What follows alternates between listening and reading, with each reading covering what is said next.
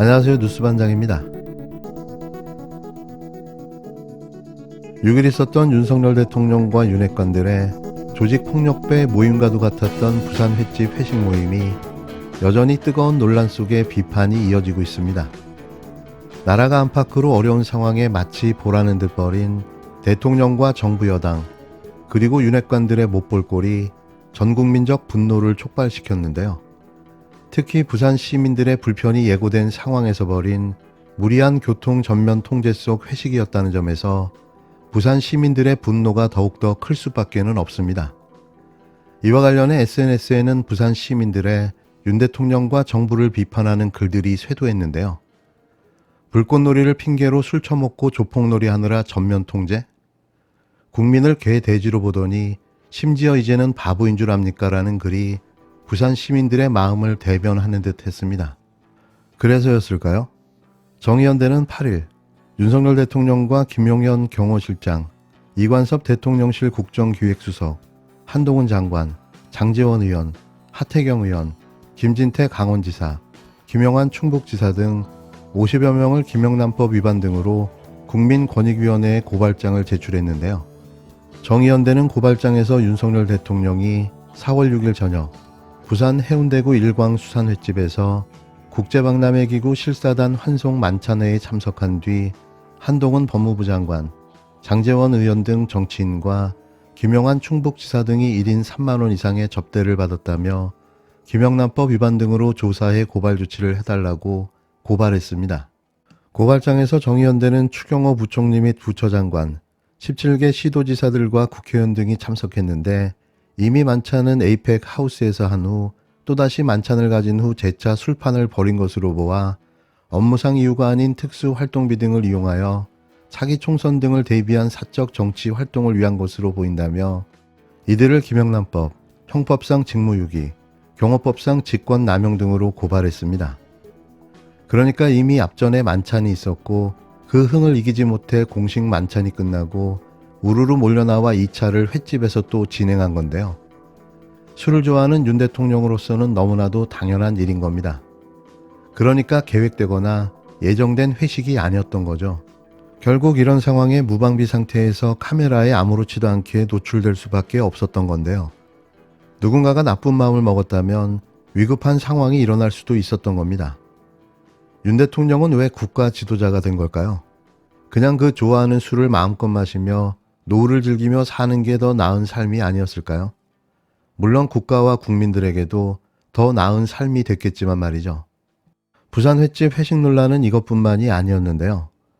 윤석열 대통령이 횟집 회식을 한 사실이 알려지자 친여 성향 네티즌들은 각종 플랫폼 사이트에서 해당 횟집에 최하 별점 주기에 나섰습니다. 일명 별점 테러로 윤 대통령에 대한 분노를 표출한 거죠. 7일 카카오맵 리뷰에서 해당 횟집의 평점은 5점 만점 중 2점 초반대로 나타났는데요. 식당에 대한 평가 총 130여 건 가운데 100여 개가 넘는 글이 대통령 회식 날인 6일 밤 이후 작성됐습니다. 이들은 대부분 평점 1개를 매겼는데요. 별점과 함께 적힌 리뷰에는 경 다녀간 곳, 여기가 조폭처럼 도열한 거긴가요 등 부정적인 비방 내용이 담겼는데요. 회식 자리에서 술을 마셨다는 식의 비판글도 이어졌습니다. 별점 테러 사실이 알려지자 윤 대통령의 지지자들의 반박글도 올라왔는데요. 횟집 사장님, 여기 별점 테러한 것들 모조리 업무방해로 고소하시라. 역시 대통령이 다녀갈 만큼 최고의 맛집이다. 윤통 방문지, 애국 성지네, 로또 맞았네 등의 글이 게시됐는데요. 부산 횟집 조폭 회식 이후 진영 간 대립이 격화되며 논란은 더욱더 뜨겁게 달아오르고 있습니다. 이 자리에 참석했던 입이 10개라도 할 말이 없어야 할 장제원 의원은 7일 당의원 총회 후 기자들과 만나 전날 만찬에 대해 윤 대통령 가시는데 바이바이를 해야 할 것 아니냐. 줄을 서 있으니까 그 위에 카페에서 대통령한테 막 이렇게 손을 흔들고 옆에 있는 일반인들도 와하며 사진을 찍었다. SNS에 올리니 쫙 퍼진 것이라고 당시 상황을 설명했는데요. 술을 많이 먹었냐, 소맥을 마셨냐, 건배사를 했냐는 질문에는 장 의원은 아니라며 즉답을 피했습니다. 대통령실도 공식적인 만찬 자리였다는 입장인데요. 그러면서 정치나 언론 지형에서 꼬리가 몸통을 흔드는 본말을 전도시키는 시도가 많은데 안타까운 일이라면서 부산 엑스포를 반드시 성공적으로 개최하자는 결의들이 이어졌다. 그런 과정에서 다른 사안에도 여야가 협력할 것은 협력하면서 하자고 했다고 덧붙였습니다. 분명 공식 만찬은 끝났고 이어진 2차가 이날 부산 횟집 회식이었는데요. 일정에도 없고 계획도 없는 즉흥적인 술자리였던 거죠. 이게 어떻게 공식 만찬이었을까요? 그렇다면 야당 시도지사는 왜 불참한 거죠? 변명과 해명이 더 가관입니다. 그냥 윤핵관 단합 대회였던 겁니다.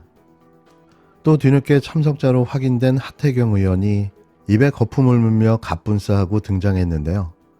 하 의원은 8일 자신의 페이스북에 일강 횟집에 대한 친일몰이 너무 역겹다는 제목으로 글을 올렸습니다. 그는 뚱딴지같이 일강 횟집에 대한 친일몰이가 진행되어 한마디 하지 않을 수 없다. 언급했지만 일강 횟집은 현재 내 지역구에 있는 식당이고 일광이라는 곳은 내가 초선일 때 지역구였던 기장군에 속한 읍입니다라며 현재 SNS 등에 확산 중인 친일 논란 차단에 나섰는데요.